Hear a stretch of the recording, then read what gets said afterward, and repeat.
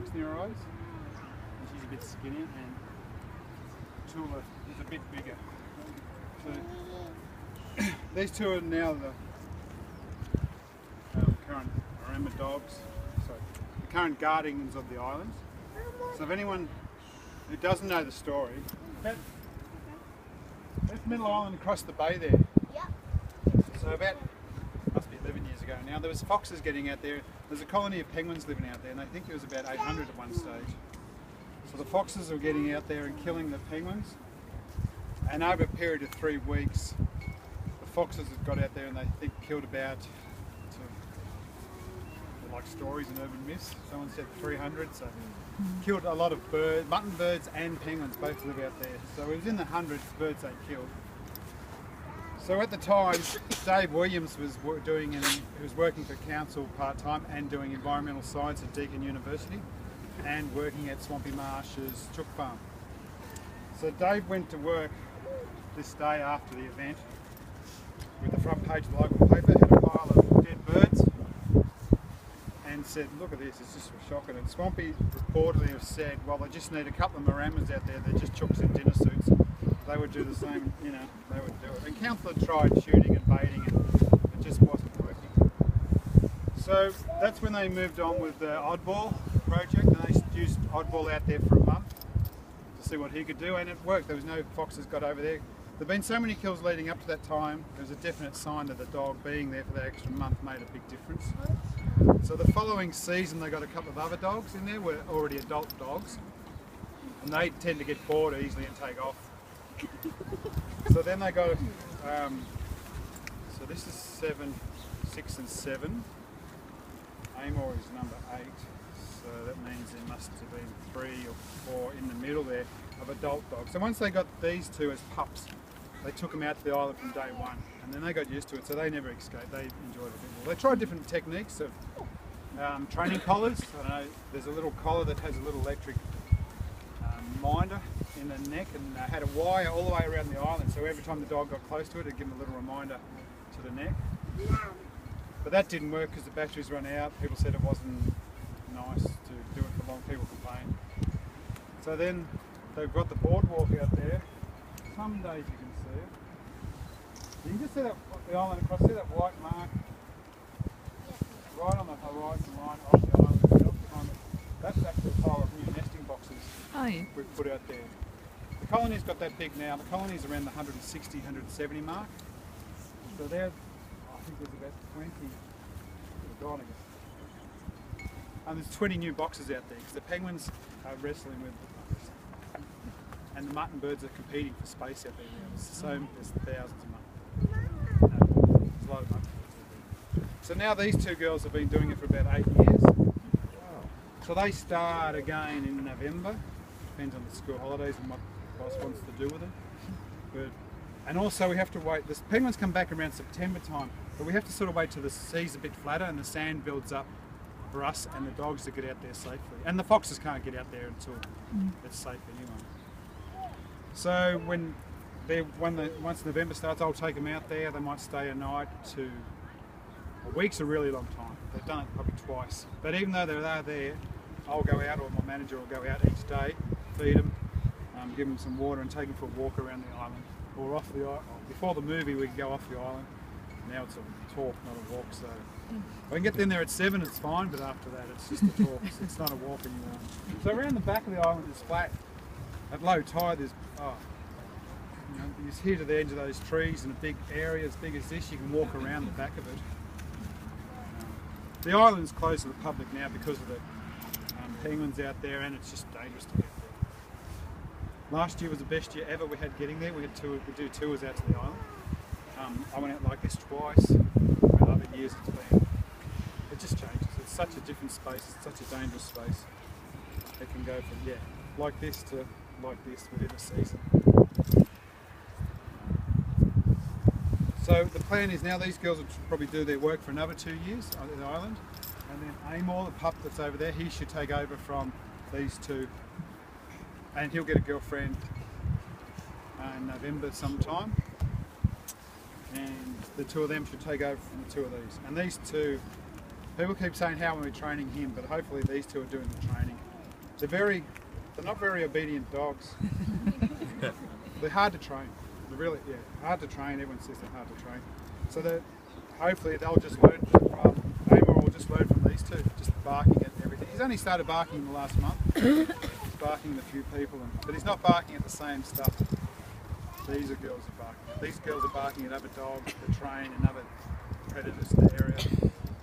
He's not doing that yet. He's just barking at us. So they're maremma dogs. They're originally from Italy.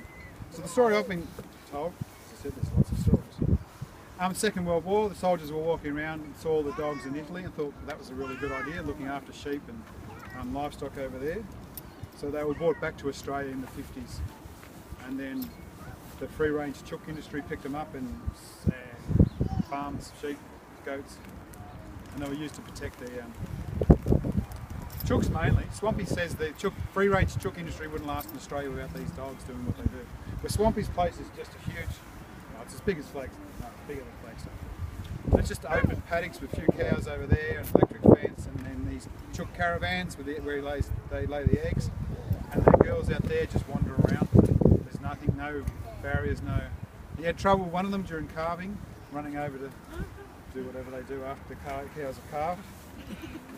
But he just tied them back to the tractor for a little while, and then she learned, and then they just hang around, they eat eggs, and he goes out, collects the eggs and feeds the dogs. And they won't leave their space. He believes, and they believe, they're guarding dogs, they guard the space. They're not guarding the chooks or the penguins, they're guarding the space, and anything that comes into their space is seen as a threat to them. Question, kids, I love questions. Questions are much easier. I missed the first bit. So they don't kill the foxes, they just keep These the foxes away. Yeah, well, foxes are smart enough not to go near the island. Since the dogs have been out on the island, 10 years, it must have come up to 11, there's been no fox kills out on the island. So I don't think these two have ever seen a fox, but I've no doubt when I've seen how aggressive they are to other dogs, they would have just chase them away. So yeah, maremma is the breed. Big loud voice. So for human invaders their space. We're looking for a volunteer. Not me.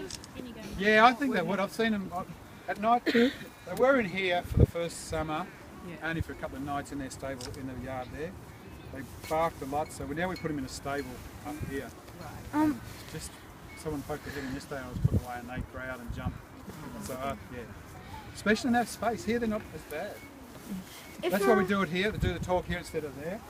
Just to let them know that's their space they're guarding. This is the space where they're just ambassadors. When they're on the island.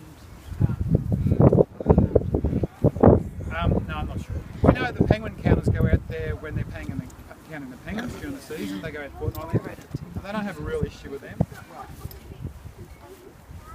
What happened if the newborn maremma was put into the same area as another species of dog? Has the newborn got mum and dad with it, or is it just by himself? Oh well, Amor, he came to my house when he was a pup, and all he did is play. My 3-year-old Labrador and him just bounced around the backyard and played. As long as the other dogs weren't aggressive, he just wants to play. He's trying to get these two to play with him. Yeah. But they're two this one has just started. She's the quieter one. She's the more aggressive one. It's like a magnet for trouble. This one didn't have a go at him, wouldn't say anything to him. He just played and she just ignoring. She would snap and bite her. But that's the one she kept going back. He kept going back to her to play because it was a real temptation to get her, stir her up. But she started playing with a little bit, but they're 10 years old, they're over, they don't want to play. Can we pat them? No. Oh, okay. No, no one's been connected, no one's been bitten yet, but she started growling this year and snapping. They're really, 12, 18 months, they've really started to change. She's got really scared of thunder now. It never was an issue before. She escaped off the island a couple of times because of thunder. And she started to shake like a cold shake, but it's not good. We've seen her on hot days do it in the back of the ute when we move them around. She hadn't done it before. And she started growling at a few people. Yeah. I don't know, because it happened here last September. She just growled at a kid and just missed. Yeah. And now I don't know if she's reading, I'm anxious about it and I'm worried about it. She's trying to Yeah. feeling that, because other people haven't felt it. But- Yeah. but So- she gets really frustrated. She had to go. There was a pup on the beach, and the pup tried to come and play with them, and I held him back. She's aggressive, but of course she couldn't get to the other dog and have a go. She starts fighting with this one. That's the issue. These two have been fighting. Yeah. That's what we've got Amor now. Hopefully he'll be an older, bigger. He'll be dominant in the group. The next girl we'll get him a girl in November-ish. So hopefully he'll be dominant in the group and won't have this sort of issue. Like it has. I shouldn't talk about it because it hasn't. So, happened so yet. what do you do on retirement for the dogs? You don't put them down. No, they're supposed to come here and be ambassador dogs. That's the theory. Yeah, so Amor will keep working. That's why we don't bring Amor out a lot. So the theory is not to have Amor socialise with the public in real life and have these two become ambassador dogs. What about Oddball? Oddball's still alive. He's 13 or 14. What did Georgia say? 13. Was Oddball the only dog used in the film, or were there? Now a in the number of movie Oddball, dogs? the dog Luca and another dog. I don't know what the other dog was called. Luca was the main dog they used. Was a rescue dog. Because there's a real issue with these being cute and fluffy puppies, and that's what they were worried about in the movie. These, they're really cute and fluffy. Like he's only 6 months old. He's huge already. Then they get dumped. So there's a place down at Torquay. There's another place in New South Wales, the Maremma Rescue Society. So the one for the movie was a 14-month-old rescue dog. That the chap kept after they. The same trainer that he again said they were really hard to train. They had two dogs, one to do the work through the crowd, Yeah. one to do the mouthing with the eggs and pick up Yeah. and do the closer sort of stuff. So they're working dogs, not domestic dogs. Yeah, no, they just work. Are they related to dogs and breeders at all? Or nothing? Now I thought that before I'd seen them up close. No, they're not. They're Pyrenees mountain dogs. Sort of that sort of side of it's where they came from. Yes, miss. Well, so there's foxes here. Release that come through. They just know the foxes are smart, really smart.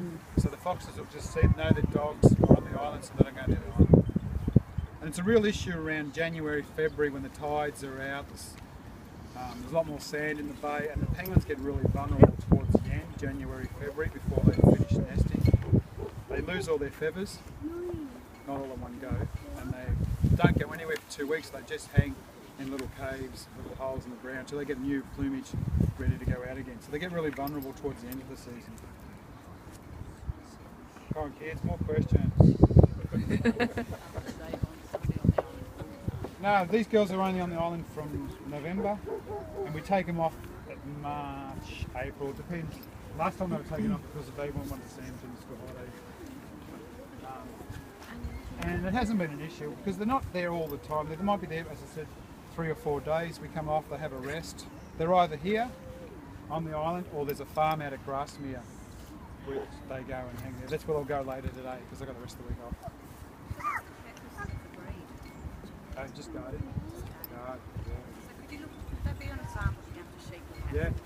That's ideally what they. Yeah. That's what they do back in Europe when they were brought out here. Go on YouTube. This guy, they feed them once a week. They go out there and this guy's got a big drum that hangs in the tree, and it's cut out, so he pours the food in, so the foxes or whatever dingoes can't get to it. So it's high enough. But these girls get into it and they just pig feed. They don't scoff or. Oh. So These they self-regulate really well. Yeah, they do. Yeah. Great. Well, they girls don't eat their tea here when I give them to them. They get a big can of dry food every night. They don't eat it all. Yeah. Yes, miss. When's their birthday? Big pardon? When's their birthday? Good question. I don't know. No, I don't know. I need to find. Oh, no, it's not on the tags. I'll have to check the paperwork. So who owns the dogs? The people at Warrnambool own the dogs. That's who owns them. So are you responsible for grooming them? They're working dogs. Part of the grooming was done by Pet Stock at the road here. Really look after us. Yep. Pet Stock Supply, which is they give us advanced dog food, and which is made by owned by Mars. So the company and Pet Stock out the road here donate the food. It's $100 for a 15-kilo bag. Advanced. Yeah. It's really good. Yeah.